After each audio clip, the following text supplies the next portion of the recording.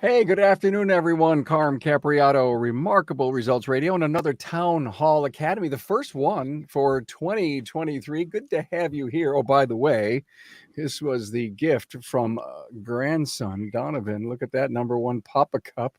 Got to always use that thing. Welcome aboard. We are excited to bring you another weekly series here called the Town Hall Academy, which is a single subject forum.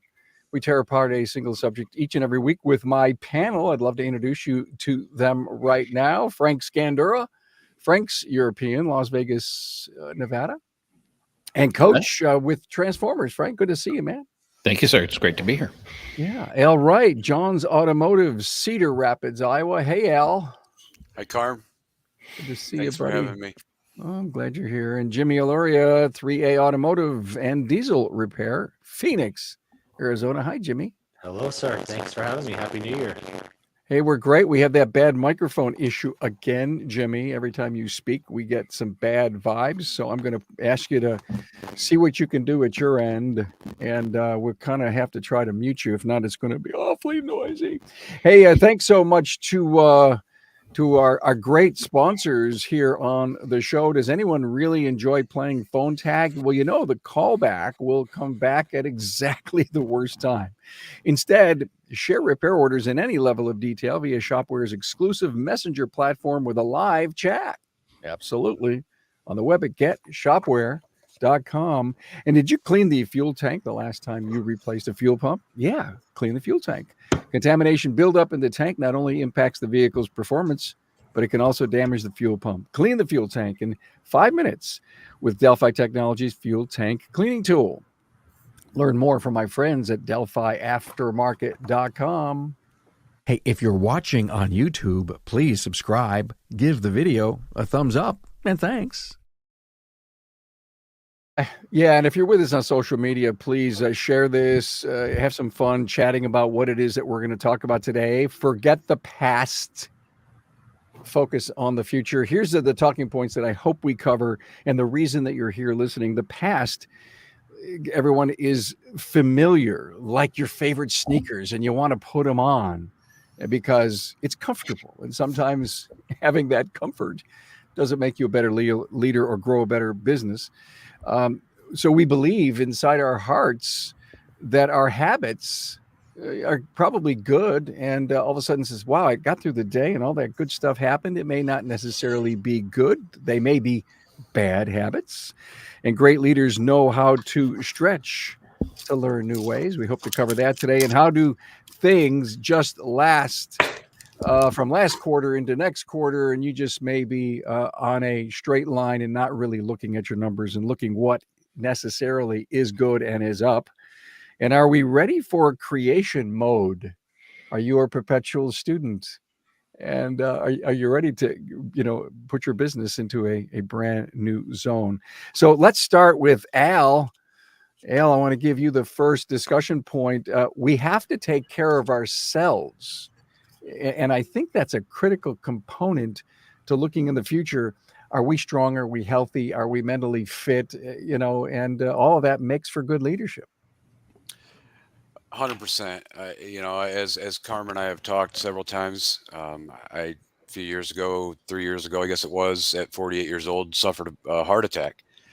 And, since that time, I've really had to let go of some of the old habits and eat right, things like that. But our lives get so busy as shop owners. You got 100 things going, and we all of a sudden it's lunchtime and we don't eat, or we don't eat right, or it's a grab a fast food. And I've cut a lot of that. As far as the past, I had to cut fast food and stuff out. I don't eat hardly any fast food anymore.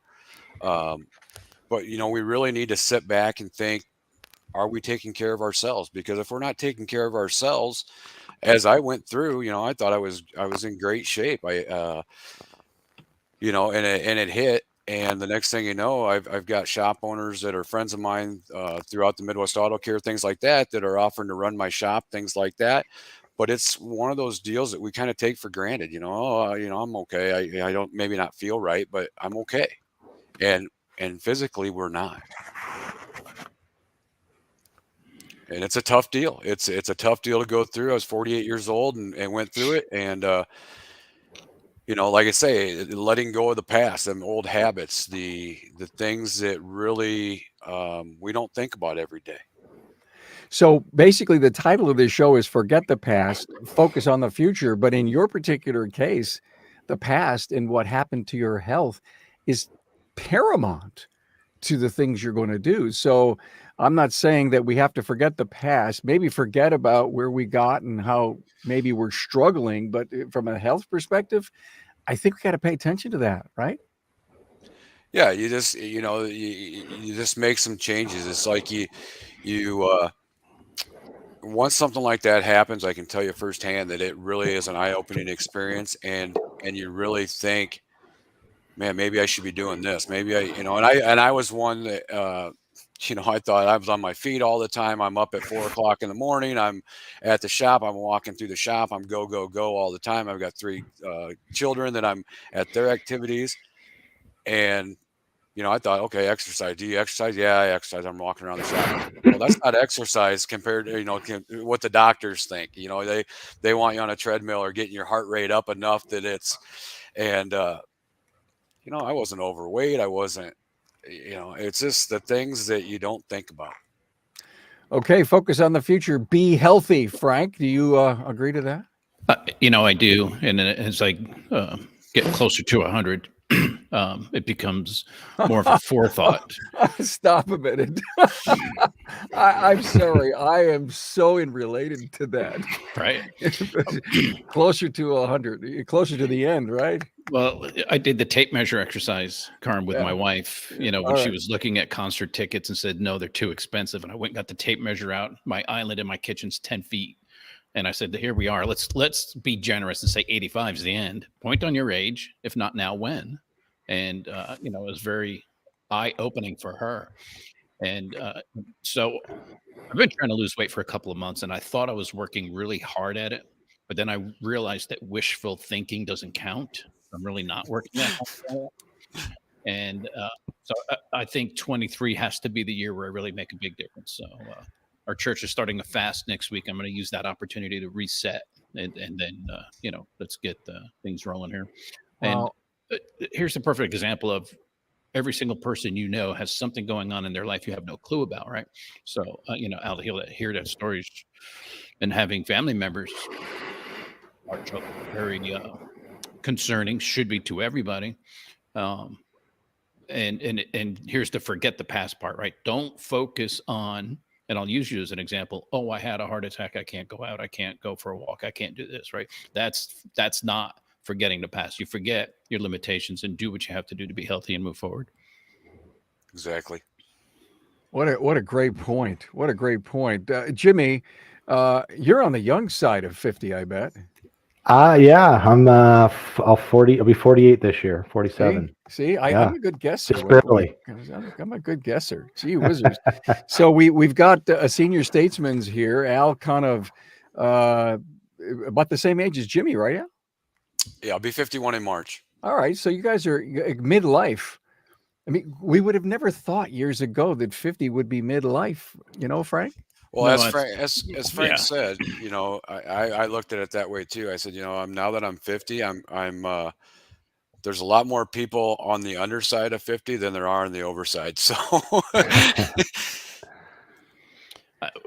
Carm, you and I were probably both guilty of thinking 50 was like ancient and one foot in the grave when we were kids. And I know I did. And it's like, all right, I'll be in 20 days, I'll be 61. And it's like, I got a ways to go, man. I'm not ready to hang up my, life. Well, Frank, when I was that age, I had 5 stents. Wow. So Al Al has 2 stents, and I talked to him this morning, and I say, you and I have to do an episode on this surviving these heart issues. And when I look back at when that happened and where I am today and all the drugs I was on and all the drugs that I'm not on today, and that I'm on the treadmill every day, and those kinds of changes. We're turning this into a health episode. Isn't that interesting? And maybe that's what this topic's about. Forget the past, focus on the future. And, focusing on the future is probably health and diet and family and people and leadership. And, oh my God, let's go down the list. And let's put it this way. We've done some great episodes on the Aftermarket Radio Network on 2023 and insights and stuff. And I'm bringing the entire team from Aftermarket Radio Network together, and we're going to talk about 2023 predictions and ideas. You cannot go into have January end without you thinking about what you've done, where you're going, and how I think you're going to navigate some of the challenges that we're going to have this year, like no year in the past. In 2020 and 2021, as far as COVID and the nonsense, I think it's going to be a very interesting year as it relates to economy and people spending money and recession. 18,000 layoffs at Amazon, I read today. No paycheck, unemployment. They don't have to drive to work. I'm believing that our industry, as recession-proof as we are, I think we're going to have a few challenges again to the people that aren't paying attention, which is why we're here. We teach. We try to advance the aftermarket.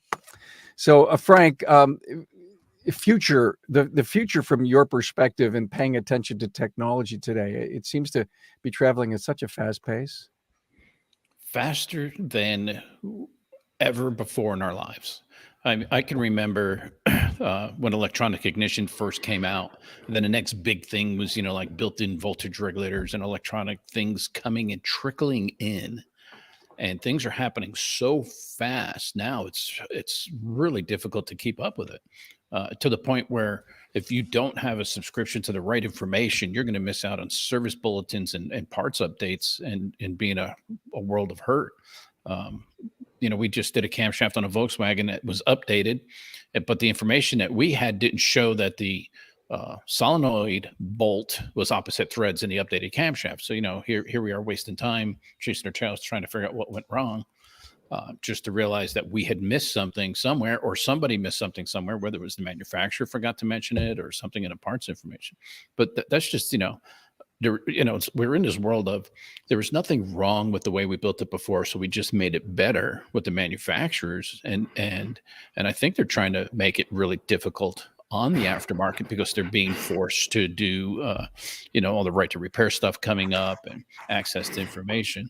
So in fuel injection technology, fuel delivery technology, camshafts, turbochargers, sensors up,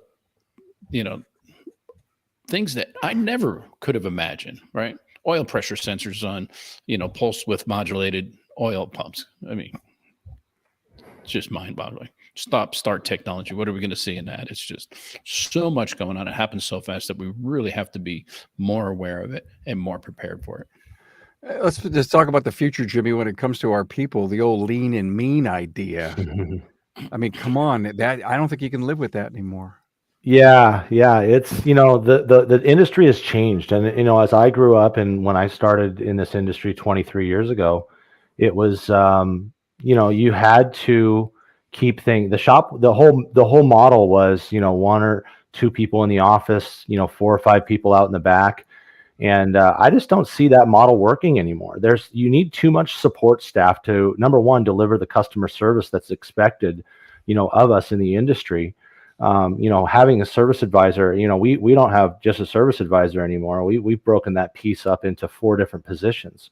We've got a customer service rep, we've got 2 service advisors, we've got a parts manager, and we're running 6 technicians. And those technicians, have to have a service manager who's overseeing them to coach them and guide them through the problems with, like what Frank was just saying, these technology problems. Who's going to sit down and research to find out, you got some weird stuff that, look, in the independent, we see stuff that we see hundreds of different models a month. And so who's going to sit down and do the research to find out what the answers or what we need to do?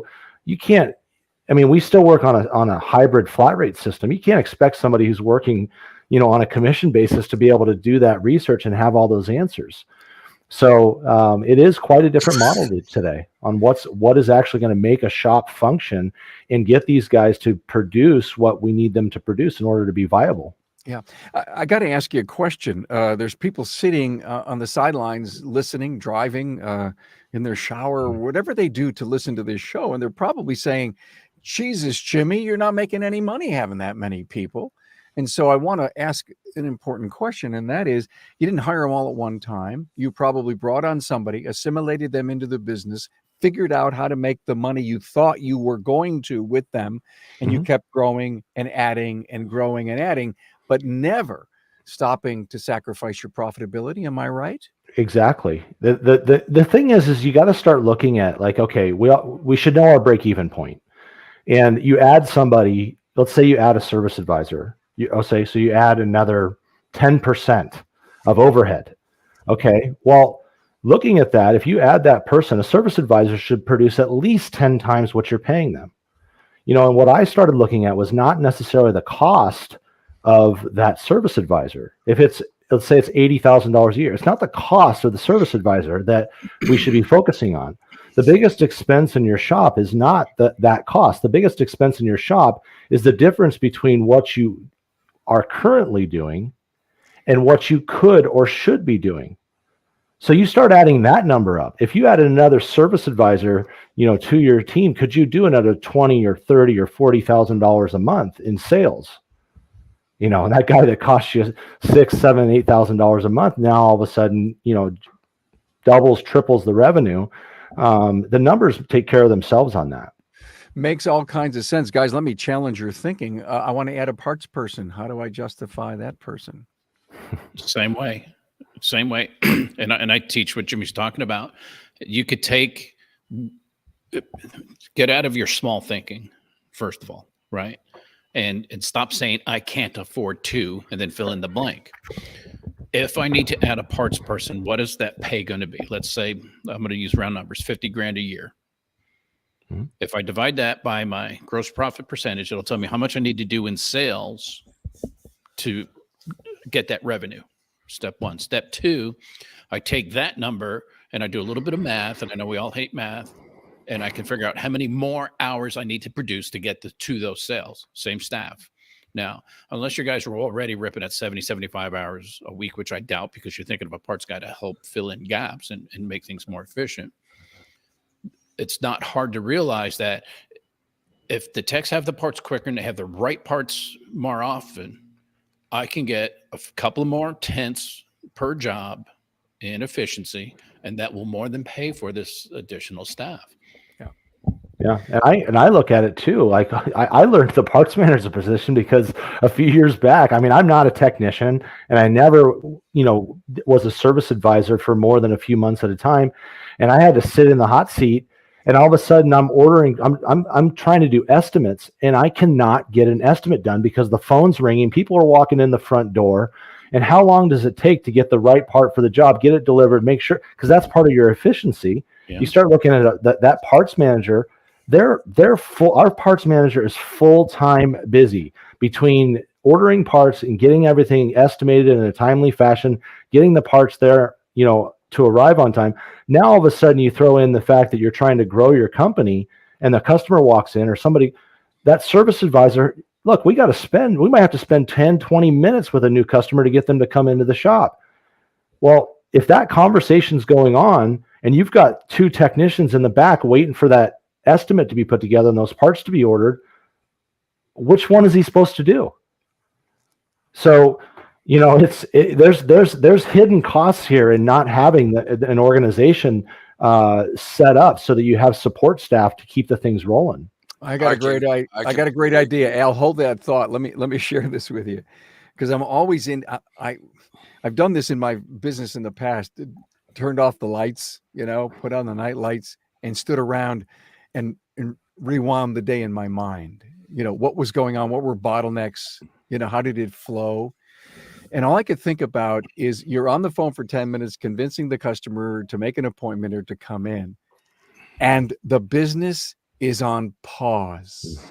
That's what you were telling me in my mind.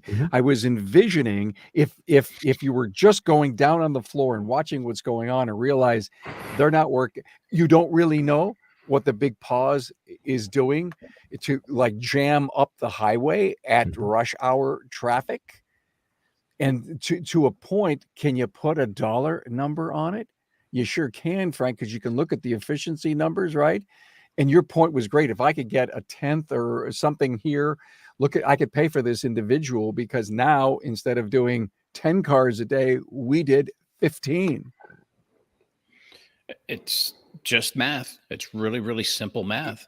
And for you smaller guys who think, well, I'm not big enough to have a parts guy, I guarantee you're probably big enough to have a second advisor / helper who doesn't need to be a full-time service advisor, but can certainly take a lot of those parts responsibilities. And that's how I did it way back, 20 years ago with, 3 techs. I needed somebody to help. The advisor was the real priority. And what should that person be doing? Okay, you know what?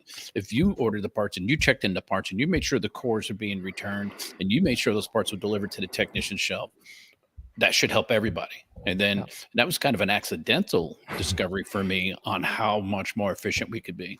There's nothing worse than a technician standing up in the lobby while an advisor speaking to a customer going, dude, where's my parts? And they're sitting on some shelf because the parts guys came and dropped them over there. And here's this big pile, so that's not only that, you gotta look at even the dollars that are sitting there. If you don't have a parts person and the cores don't get put back or the returns don't get put back, I was in the parts sales industry for a few years just before I came back into a shop, and you'd be surprised the number of shops you walk into and there's stuff that they have no idea where it came from. That's just throw it on a shelf, and the dollars that are sitting there as far as core returns and things like that get overlooked. For sure. Let me come back to both of you here on that great topic. Let's stop one more time. Give a high five to our great sponsors. Few customers will ever tell you to give them less information about the cost of a repair. Offer full transparency with notes, videos, and photos, so even the customer with the least expertise can see why they need your experience. On the web at getshopware.com. And when you turn to Delphi Technologies for your chassis needs, quality is always at the forefront. Material with and dimensional enhancements, as well as 700 hours worth of salt spray testing, goes into each and every chassis part produced. Visit DelphiAftermarket.com to see over 8,000 chassis parts that Delphi has in stock.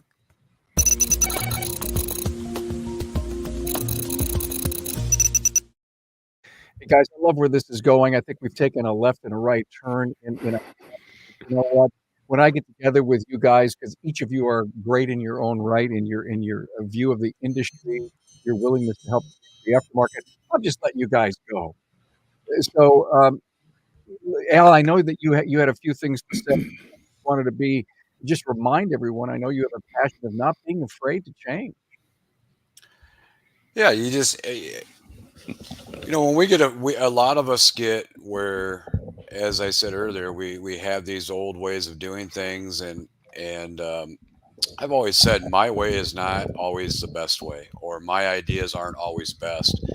And especially now with technology, the things that have changed, it's like going from a paper inspection to a digital inspection. When we first did that several years ago, for the first 2 years, probably we had the tablets and never really utilized them. And next thing you know, I did some training, got the guys involved in it, and now all of a sudden we use them every vehicle, every time. And it's that change of, especially if you have, in my case, I have a technician that's close to retirement age, not the most tech savvy. And so, trying to get them to buy into it. And once you do, the results are huge, because they see that what we do with a repair order, with an inspection and without a digital inspection, was huge. But it was a big change, and we can't be afraid of that. And it doesn't matter, the way we used to do an oil change versus the way we do now, or the way we used to do brake jobs versus the way we do now. You cannot be afraid of that change. And it's hard to get over that hump sometimes. Everybody hates change. The only constant in life is change. Face it, right? I personally like change. I like new. I like exciting. I like to be challenged. When I'm not challenged, I get stir crazy. Drives my wife crazy. She goes, "Oh, there he goes, another squirrel he's out going after." It's like, oh, another shiny penny he's going after. I said, no, it's not true. It's just, I'm going to come up with a reason why I'm doing it. But I do like change. I like being innovative. We hired a service advisor, and we spent a lot of time explaining our technology and why we do it, right? Because everybody needs the why. It helps them understand. And his first few days at work was, I don't understand why I can't just walk around with my pad. I want to just write things down. I don't know why we're doing this. Why is Frank reinventing the wheel? I think 3 days he was gone. I said, no, we prepared you for this in the onboarding process. We prepared you for this in the interview process. And you're already coming against the technology and not embracing it and not having an open mind about it. This isn't the right shop for you. Thanks for stopping by. Sorry it didn't work out. I was always an individual. Guys went to a seminar and came back and they go, "Oh, geez, Carm just went to a seminar and he's having a meeting and we're going to have to change something tomorrow. I don't even want to hear about it. Will you stop going to meetings? Will you stop reading stuff?" and that was way before we were doing things online. And today there's so much incoming. And that's, please don't be bashful on wanting to learn and test and drive new ideas. And if, frankly, a good leader is going to say to their people, "Hey, I read something about this. What do you guys think about it?" Instead of trying to force the change, get the change to pull from the bottom. Okay. Now, Jimmy, let's talk about this great thing about creating unicorns instead of trying to hire one. and to me, I think that goes about focusing on the future today. We know where we're at, right? Yeah, it's, we're in a different place now. And, if we try to operate like we did in the past and just going out and trying to find that special A tech that used to be available, we're going to have empty bays for quite a bit of the year. And, with the best of intentions, the best of recruitment, we've got to be looking at, and we've talked about it, and there's a lot of shops that are doing a decent job at the apprenticeship programs, but we really need to take it serious and build our own. And one of the things that we did this year was that we just hired somebody strictly as, their title is shop foreman, but they're not, all they're doing is solving problems and training technicians, and they're an industry veteran, but they're the one that has the 30 years of experience, and they can guide the guys in the right direction and coach them and train them. And it's a quality point for us as well. So, we've talked about it and talked about it and talked about it. It's here. Like if we don't, we're not going to be able to grow. And as these older technicians start retiring and demanding more, we're not going to be able to keep up. So it's something that has to be part of the strategy. The recruiting is you're always recruiting. You always have to be recruiting, but now it's got to be a training. There's got to be, one of our big things in our strategic plan this year is getting back to the weekly trainings, and then bringing somebody into our shop quarterly and bringing other shops together to bring these top rated technician trainers in. But it's got to be constant. We've got to build these guys up to aid techs. So, guys, let me ask this question: are ATEX made? Oh, yes. Hey, Frank, it's on the half hour. we have the Big Ben on the wall there, and I got to tell you, Zoom can filter that out. So I don't know why StreamYard can't, but Zoom makes a great opportunity. I don't know how. Just you're a high-end shop when you've got a clock tower at your shop, Carm. Yeah, I know. I'm at home. I'm assuming Frank's at home. Yes. Hey, Frank, every time you move that mic, we get a whole lot of jingle noise at the end. But okay, I made the comment. ATEX are made. And so that goes focusing on the future, that we cannot ignore the fact that we have some responsibility to help that individual to create a training resume, to be sure that we're hovering over to look at the kind of training they're taking and the challenges that they're experiencing. And I love the idea, Jimmy, that your shop foreman is that kind of individual that's going out there helping to make and or keep techs at a higher level. Yeah, I mean, it's got to be their job is to be the one that the technicians aren't afraid to go ask questions and say, "Hey, I'm stuck," or if there's there's a learning experience. Okay, well, let's let them not do it for them, because then they're never going to be capable. But we've got a weird issue going on with a Subaru right now, and it's a learning experience. Is it costing us money? Yeah, it's costing us money. And I see that thing out there, and I'm like, oh my gosh, what is this cost? But at the same time, with that mentorship and training, okay, where is the problem? How will they learn from this experience so that next time we're doing heads on a Subaru that we don't run into the same problem? And there's all kinds of those learning experiences every single day in the shop. But do you have somebody that can take the time with these guys that are in their 20s and early 30s that don't have the 30 years of experience to actually turn that into a learning experience without the stress that goes along with the job's got to leave, I'll take him off of it, put this person on there, and nobody learns anything. And then people get discouraged, right? Then you get young techs who are discouraged. So the other side of that is grace. Let's not forget, we need grace when somebody does make a mistake because they thought they were doing the right thing. So that's one thing I was just going to say too, is that that learning experience, and that's another thing that we another change that in the last 2 to 3 years, even the way we do training, the way now there's virtual training, and I know I get feedback sometimes from people that the virtual training's not I don't like the virtual training. But it's still very important that we do that. But that's another change that we've made. And the learning experience has to be there. I mean, I've sat and watched guys. Jimmy, I don't have that shop foreman guy. I mean, I've got, myself in that role a little bit where I'm out in the shop because I'm blessed with a very good service writer. So, but, I think back to what we were talking about a little bit earlier is the time that we spend as service writers, or if you're at the front counter, just looking to make sure we're getting the right fluids. I mean, how many options are there for fluids now? So we're spending so much time looking, it may take 5-10 minutes, looking at your software to see, let's make sure we get the right oil. Let's make sure we get the right transmission fluid. There's so much more time involved in doing that estimate.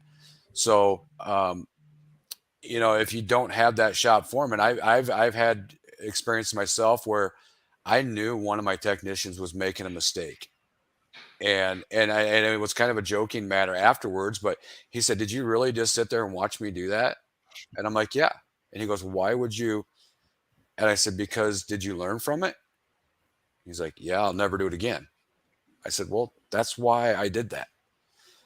And sometimes you have to let that, as you said, yeah, sometimes it costs us money. Sometimes it's, you're pulling your hair out, but there's certain things that we have to sometimes let them, as you said, not do it for them, let them struggle a little bit. The problem I think we see sometimes too, is that a lot of the technicians have that ego.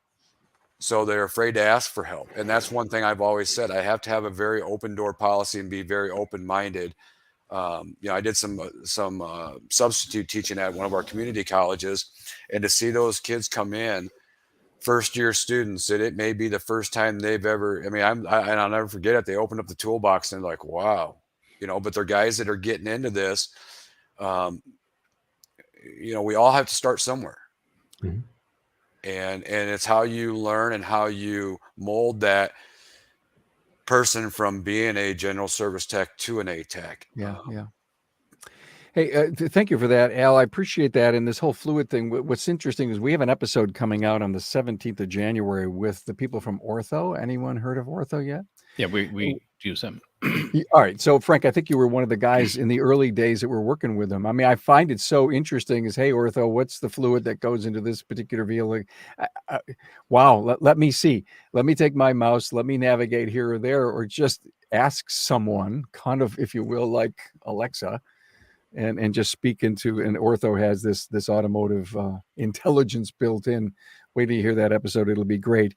Jimmy, I want to go talking about the fact that I know I've got to change. I want to focus on the future and let me see what this year looked like. And I got to wait for another spreadsheet. And maybe if I have a different view of that, and let me see if I sort it this way and I filter it this way, and I talk to my coach, and now it's May and I haven't done anything. Do we sometimes overanalyze stuff?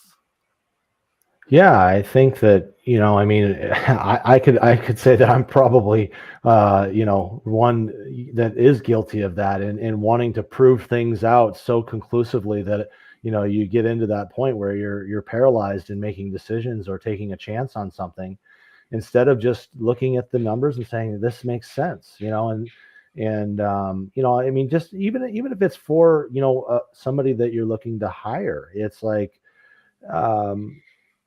maybe there's somebody that you passed on a year ago, or somebody that used to work for you a few years ago, and it's like, but they fit the bill now. Maybe things change, people change, and we're in times right now where it's going to take some adapting. Like this whole episode is about forget the past and focus on the future. Well, the future's, it's pretty interesting right now. And if we are waiting to invest in that equipment that we really need, or hire the personal trainer for the technicians, or to actually go out and, find a coach to help you take your shop to the next level, I mean, you never make any change, and then you're a year down the road and nothing's changed. And I believe, and I think all of us would agree, yeah, this coming year and the next couple of years, there's likely going to be some things that are coming our way that maybe we're not expecting. But at the same time, this is the greatest opportunity that I've been in this business. This is my 23rd year. I've never been more excited about the auto repair industry than right now. We've got so many, it's the perfect storm right now. And, we are going to have to make some changes. And if we overanalyze, every single thing we do, and we don't make the changes, we're going to be left in the dust. I just love that. And I want to try to bring this to a conclusion, but hearing you, Jimmy, I got this mindset. Take the tsunami of change, let it come in, feel it, analyze it, observe it, and then mount your pushback, mount your absorption, mount your change attitude.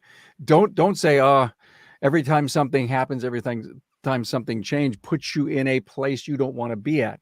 Take it in, absorb it, do something with it. Talk to somebody in your network, coaching group, 20 group, and just throw this stuff up on the table. But don't procrastinate. If it's hitting you hard, then you got hit hard back. Mm-hmm.